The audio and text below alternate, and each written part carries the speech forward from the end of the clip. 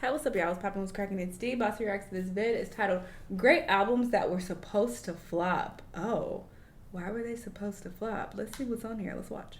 Pop music is filled with albums that were written off before they even had a chance, but some projects were able to defy expectations. In this video, we look at 8 great albums that were supposed to flop. Oh, why was Brat this by supposed to Charlie flop? XCX. When Charlie XCX announced Brat, many didn't expect it to do much. Despite being the critics' darling, Charlie had never truly cracked the mainstream in a way that reflected her influence. Her previous album, Crash, was her first real commercial success, debuting at number 7 on the Billboard 200, selling more than 30,000 copies in the US. So when she pivoted back to a more club-inspired sound with Brat, there were doubts that she could maintain her momentum. But instead, it was clear that it was Charlie back in her element. But commercial success was not guaranteed. Early singles like Von Dutch and Club Classics were hard-hitting, club-ready tracks that felt tailor-made for a niche audience rather than the mainstream. But when the album dropped, songs like 360 and Guess became huge streaming hits. The album's aesthetic, with the neon green branding, became iconic, and the creative marketing strategy made it a commercial success. The album only debuted on number 3 on the Billboard 200, selling 77,000 copies in its first week. But Charlie managed to extend the life of the project with numerous new versions, and Brat ended the year as one of the best-selling albums of 2024. It was also one of the most critically acclaimed albums of the year, resonating way beyond Charlie's core fan base. It defied expectations and became an iconic album, and Charlie is now at the peak of her career. Not my type of genre. Blackout by Britney Spears. In 2007, Britney Spears' career was in turmoil. Her personal life was dominating the tabloids because of her highly publicized breakdowns and erratic behavior that made people believe her career was finished. She even shaved her head and went to rehab a couple times. Her previous album, In the Zone, had been a success, but her 2005 Greatest Hits Remix album and the poorly received Chaotic EP did little to maintain her pop dominance. On top of that, she wasn't really promoting Blackout because of her personal struggles, and her infamous 2007 VMA's performance of Give Me More was widely criticized for her looking uninterested. Many assumed that the album would crash and burn. Instead, Blackout became a groundbreaking moment in pop music. While it did decent initially, debuting on number 2 on the Billboard 200, selling 124,000 copies in its first week, it became an album that shifted the entire landscape of pop. The album's dark, electro-infused production was ahead of its time. Songs like Piece of Me took direct aim at the media that had been ruining her life, while Break the Ice and Radar showcased a more futuristic sound. Over time, Blackout grew in influence, with many artists calling it a major inspiration. It is now considered one of the best pop albums of that time, and it has now reached legendary status. While Britney herself was in chaos, the album was amazing. What was supposed to be her downfall ended up solidifying her legacy and continued her domination. Emotion by Carly Rae Jepsen. After the worldwide smash success of Call Me Maybe in 2012, Carly Rae Jepsen was written off as a one-hit wonder. Her debut album, Kiss, was seen as too bubblegum pop to sustain long-term success. And by the time she was ready to release Emotion, the industry seemed to have moved on. Many believed she would disappear, especially after the lead single I Really Love You failed to make a significant impact on the charts. The album was expected to be dead on arrival. However, what happened next was unexpected. While Emotion didn't perform spectacularly on the charts, peaking at number 16 on the Billboard 200, it became one of the most beloved pop records of the decade. Rather than chasing trends, Carly crafted an album that leaned heavily into 80s synth pop, drawing influence from acts like Prince and Madonna. The album found an audience, not in the mainstream but in pop music lovers, who appreciated its artistry. Over time, Emotion grew to be a cult classic. While the music industry may have ignored it at first, fans kept the album alive, turning it into a defining moment in indie pop. Carly may not have had another Call Me Maybe-sized hit, but Emotion proved that she could make a great album that stands the test of time. Plastic Hearts by Miley Cyrus. Miley Cyrus has always been unpredictable, but by 2020, Her career was in a strange place. Following the commercial disappointment of Younger Now in 2017, which abandoned her pop sound for country influences, many people doubted she could reclaim her former chart-topping status. It had been 7 years since her defining bangers era, and she was looking to get her career back on track. The shift towards rock-inspired music on her next album, Plastic Hearts, was seen as a risky move, especially since mainstream pop was going in a different direction at the time. People weren't sure that would work for her. Despite the doubts, Plastic Hearts turned out to be one of Miley's most critically acclaimed albums. Tracks like Midnight Sky and Prisoner featuring Dua Lipa are all-time bops, showing off her raspy vocals, while deep cuts like Angels Like You are some of the most underrated songs in her discography. The album debuted on number 2 on the Billboard 200, and performed better than expected, especially considering its limited promotion. However, its real success came in the way it redefined Miley as an artist. After years of genre hopping, Plastic Hearts gave her a musical identity that really suited her, until she changed it up again on her next album. Sure. Believe by Cher.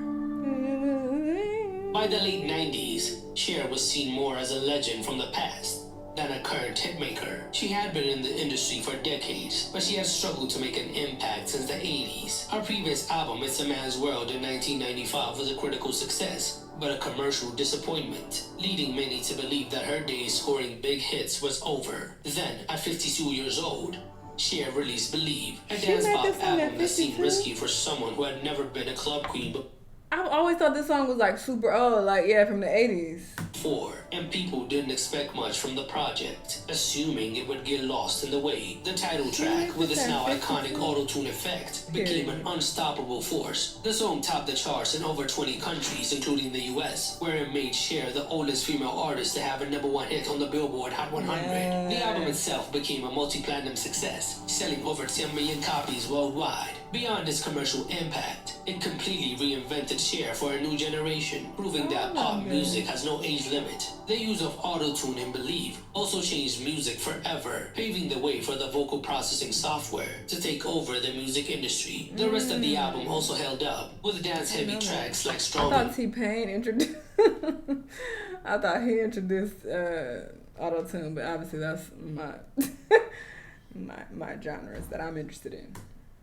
So maybe he introduced it to like R&B and rap. All or Nothing becoming club anthems. The album's influence on electro-pop music was undeniable. Before Believe, Cher was seen as a legacy act. After Believe, she was a legend who had just delivered one of the biggest reinventions in pop history. Period. Confessions on a Dance Floor by Madonna. By the mid-2000s, Madonna's reign as the queen of pop was facing serious doubts. Her previous album, American Life in 2003, had been her most poorly received project to date. Many felt like she had passed her prime, unable to compete with a younger generation of pop stars dominating the charts. When she was gearing up to release a full-fledged dance album, some saw it as career suicide, especially from a then 47-year-old artist. Expectations weren't high for Confessions on a Dance Floor. But then, the lead single Hunger dropped and everything changed. Sampling ABBA's Gimme Gimme Gimme, the song was an instant smash. The album itself was a mix of disco-infused electropop and felt like a return to the Madonna, who had ruled the clubs in the 80s and 90s. Instead of looking outdated, she set the trend, making disco cool again, years before the genre's revival in the late 2010s. Commercially, Confessions on a Dance Floor was a massive success. It debuted on #1 in over 40 countries, and went on to sell over 10 million copies. The album's impact was long-lasting, influencing the sound of pop music for years to come. What was supposed to be a desperate attempt to stay relevant turned into one of Madonna's most beloved albums. Invasion of Privacy by Cardi B.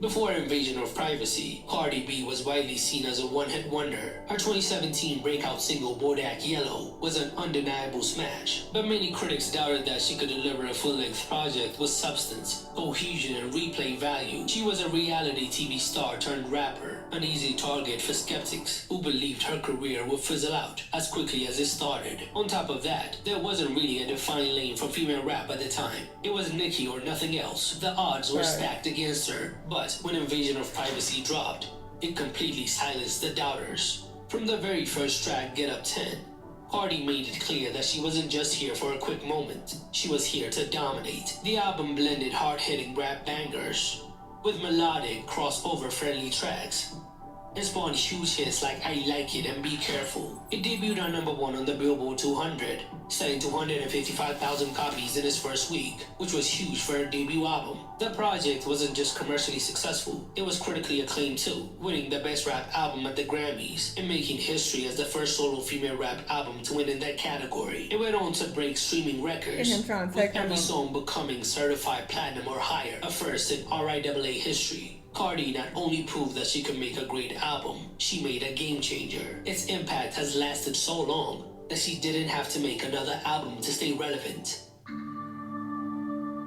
Purpose by Justin Bieber. By the time Purpose rolled around in 2015, Justin's career was in a downward spiral. After dominating the early 2010s as a teen idol, he hit a rough patch, filled with legal troubles, scandals, and public backlash. His previous album, Journals, was well received by fans, but failed to produce any major hits, making it seem like his mainstream career was fading. His public perception was at an all-time low, and people predicted that his next album would flop. Then came Purpose, and everything changed. The album was a complete reinvention, blending electronic dance music influences and R&B to craft a legendary album. The lead single, What Do You Mean, debuted on #1 on the Billboard Hot 100, immediately shifting the narrative. Purpose didn't just exceed expectations, it shattered them. Every single from the album became a massive hit. Sorry became one of the biggest songs of the decade, and Love Yourself ended the year as the top song of 2016 in the US. Even deeper cuts like Company and No Sense showcase his new artistic direction. He has successfully shed his theme pop image and emerged as a pop powerhouse. Purpose wasn't just a commercial success, it was a redemption arc, becoming one of the best-selling albums of the decade and restoring Bieber's reputation and helping define the sound of the mid-2010s pop. Which great albums that were... Listen, I'm looking forward to this new album he working on. I want to hear it. Is it too late now to say sorry? Listen, he got some great songs, okay? I'm here for it. I really love how, people counted out some of these artists and they came through, showed out, and were super successful. I love a good success story. So I enjoyed this video. He wasn't as shady as he usually is in his other videos. So there's that. Y'all let me know what y'all think though. Let me know what other videos you want to watch and I'll see you on the next time. Bye.